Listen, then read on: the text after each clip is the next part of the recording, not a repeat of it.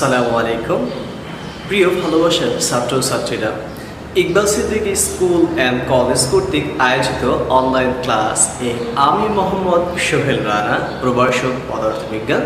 তোমরা যারা এই মুহূর্তে অনলাইনে আমার ক্লাসটি দেখছো, যারা পরবর্তী সময় আমার ক্লাসটি দেখবা, তাদের সকলকে জানাই আমার পক্ষ থেকে প্রীতি ও শুভেচ্ছা। আজকে আমরা পদার্থবিজ্ঞান নবম ও দশম শ্রেণীর জন্য তৃতীয় অধ্যায় বল এর দুটি ম্যাথমেটিক্যাল সমাধান বা গাণিতিক সমস্যার সমাধান করে দেখাবো। এর পূর্বের ক্লাসে আমরা ঠিক একইভাবে তোমাদের গাণিতিক সমস্যা দেখিয়েছিলাম। আজকেও ঠিক একই রকমভাবে পুনরায় আমরা গাণিতিক সমস্যার সমাধান করার চেষ্টা করব।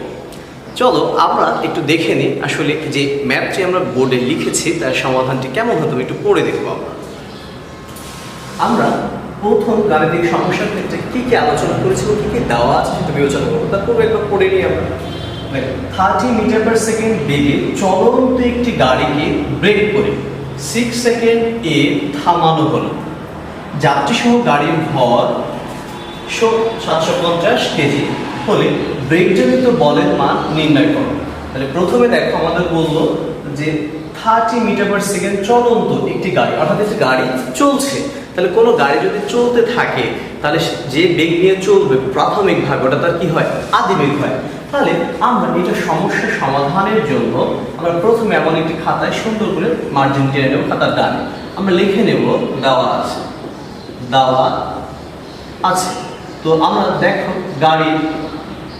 গাড়ির আদি বেগ u is equal to 30 metre per second. এই দেখো একটি গাড়িকে ব্রেক করে 6 সেকেন্ডে থামানো হলো। কত সেকেন্ড থামিয়েছে? 6 সেকেন্ড। তাহলে আমরা এখান থেকে বলবো হচ্ছে সময় t is equal to 6 second. আচ্ছা যাত্রী সহ গাড়ির ভর এটা কিসের মান? গাড়ির মধ্যে যে যাত্রী আছে সেই যাত্রী সহ গাড়ির মোট ভরের মান হচ্ছে 750 কেজি। তাহলে আমরা শুধু এইভাবে লিখবো ভর m is equal to 750 KG. Brake জনিত বলের মান দেখো, ব্রেক জনিত বল, তুমি গাড়িটি যখন যাচ্ছে ব্রেক করলো, ব্রেক জনিত বল, ব্রেক করলে কি হবে, গাড়িটি থেমে যাবে। তাহলে তো গাড়িটির শেষ বেগ কি হচ্ছে 0। তাহলে আমরা লিখবো এরকম ভাবে গাড়ির শেষ বেগ v is equal to 0 metre per second.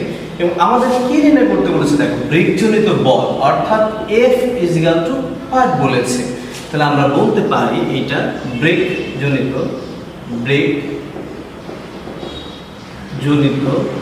Ball F is equal to কি আছে what। আমরা প্রথমে দেখব আসলে বলের সূত্রটি কি। দেখো আমরা জানি নিউটনের দ্বিতীয় সূত্র বল is equal to কি আছে F is equal to ma, সেই সূত্র লাগবে। তো আমরা একটু এখানে লিখি যে আমরা জানি বল F is equal to ma। আচ্ছা এবার খেয়াল করো, এই যতগুলো সমীকরণ গাড়ি আদি বেগ আছে, সময় আছে, ভর আছে, শেষ বেগ আছে এবং বল বলেছে বের করতে। তো খেয়াল করো যে এখানে আমাদের বল নির্ণয় করব, সেক্ষেত্রে আমাদের বস্তুর ভর m, এই m এর কিন্তু মান দেওয়া আছে, বাট এর মান কি দেওয়া আছে? নেই। তাহলে আমাদের কিভাবে বের করব? গতির প্রথম একটি সূত্র আছে। তো আমরা দেখো আমরা এখানে 1 নম্বর সমীকরণ একটু দিয়ে রাখলাম, এটা পরে বসে বের করা যায়। দেখো পুনরায় আমরা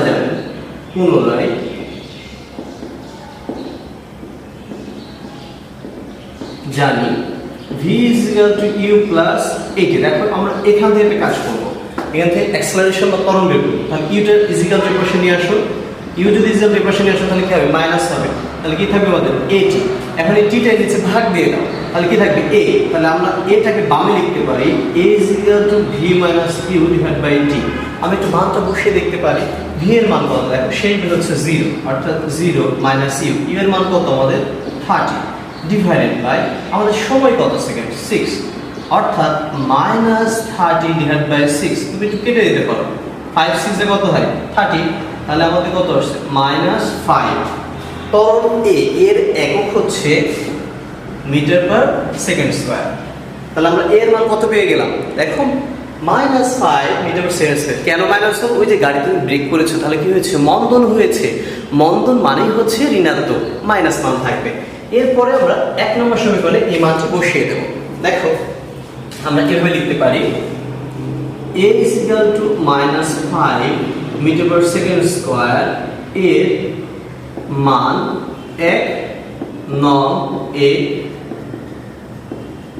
বসিয়ে পাই। তাহলে আমরা বলতে পারি দেখো force F is equal to m এর মান কত আছে আমাদের 750, আমরা 705 into -5। তো তোমরা সুন্দর করে ক্যালকুলেশন করতে পারো অথবা হাতে হাতে ম্যাথটি করে দেখতে পারো। আমরা 750 into 5 3750, তাহলে এর মানটি দেখো আসলে হচ্ছে আমাদের -3750, বলের হচ্ছে নিউটন। এই যে খেয়াল করো আমরা যে মানটি বের করলাম, এই যে মানটি বসিয়ে ফোর্স F বের করলাম, Fটা কি ছিল ব্রেকজনিত বল F। তাহলে এখানে দেখো আমরা কিন্তু এখানে এর মানটা মাইনাস হয়ে এসেছে, এখানে বন্ধন বলেছি, ত্বরণটা হয়ে গেছে বন্ধন, বাট এখানে বলের মান কি ঋণাত্মক। অর্থাৎ এই যে ব্রেকজনিত বাধা প্রয়োগকারী বল পেয়েছো, এই বলটার জন্য এটাকে হয়ে যায় হচ্ছে আমাদের ফোর্স। তো এটা হচ্ছে প্রথম ম্যাথের সলিউশন। আমরা একটু দ্বিতীয় ম্যাথটা একটু দেখে নেব আসলে দ্বিতীয় ম্যাথটি কি বলে এবং কি বের নির্ণয় করতে হবে। চলো আমরা একটু ফাইন্ড আউট করি। আমরা ম্যাথটি প্রথমে একটু পড়ে দেখতে পারি যে ম্যাথটা কোন অংশ কি বলছে। আমাদের দেওয়া আছে এটা 15 লাগবে। আমরা খাতাকে সৌন্দর্যমণ্ডিত করার জন্য খাতার ডান পাশে সুন্দর করে এগুলো লিখে নেব। আচ্ছা দেখো 2 কেজি ভরের একটি বস্তুকে, কত কেজি ভর 2 কেজি ভর, অর্থাৎ এটা কিসের মান দেওয়া আছে তোমার, এটা কিন্তু m এর মান দেওয়া আছে, এই যে m। একটি বস্তুকে 10 মিটার পার সেকেন্ড স্কয়ার ত্বরণে গতিশীল করতে, এটা কিসের মান ত্বরণ বলেছে, অ্যাক্সেলারেশন। ত্বরণ মানেই আমরা কিন্তু এই বুঝি, যার এককটা এখানে কিন্তু দেওয়া আছে। এই গতিশীল করতে হলে কত বল প্রয়োগ করতে হবে, কত বল মানে তোমাকে পুনরায় এখান থেকে একটি বল বের করতে বলছে, এবং এইটা এমসিকিউর জন্য খুব গুরুত্বপূর্ণ, একটু ব্যতিক্রম ধর্মী ম্যাথ। তো নরমালি পড়ে এসেছো F is equal to m এখান থেকে ম্যাথ করতে। তাহলে দেখো পরবর্তী থার্ড ব্র্যাকেটে দুটি মান দেওয়া আছে, দেখো পাথরের ঘর্ষণ বল 10 নিউটন, বাতাসের বাধাজনিত বল 5 নিউটন। আমরা দেওয়া আছে বলে একটু লিখে নিতে পারি। দেওয়া আছে প্রথমে লিখব ভর m is equal to 2 KG. এরপরে দেখো ত্বরণ, ত্বরণটি দেওয়া আছে, আমরা লিখে নিই ত্বরণ a is equal to 10 metre per second square. এবার খেয়াল করি এখানে আর কিছু দেওয়া নাই, আমাকে বলেছে কি বল ফাইন্ড আউট করতে বলেছে। তাহলে আমি যদি এইভাবে লিখে নিই যে বল F is equal to what, এরকম থাকবে। এখন খেয়াল করো পাথরের ঘর্ষণ বল, এটা আমরা লিখে রাখবো এইভাবে লিখব, পাথরের ঘর্ষণ বল আমরা F2 দেব। কেন F2 দেব সেটা একটু পরে বুঝতে পারবা। আমরা ধরে নেব, ধরে নিতেই পারি আমরা 10 নিউটন। তারপর বাতাসের বাধাজনিত বল, বাতাসের বাধাজনিত বল, বাতাসের বাধাজনিত বল, এই বলটাকে আমরা F3 দ্বারা আখ্যায়িত করব, যেটা বলছি 5 নিউটন।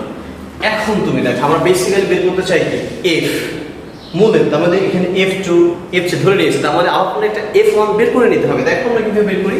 দ্বিতীয় ম্যাথটি আমরা লিখব হচ্ছে এমন, আমরা জানি বল F1 is equal to ma হয়। আচ্ছা খেয়াল করো এখানে এবার মান কত 2 আর a কত 10 সমান 20 নিউটন। খেয়াল করো যে 2 কেজি ভর একটা বস্তুকে এত তলে গতিশীল করতে হলে 2 কেজি ভর, মনে করো 2 কেজি ভরকে যদি আমি উপরের দিকে নিক্ষেপ করি, গোলক নিক্ষেপ তো তোমরা জানো আর কি।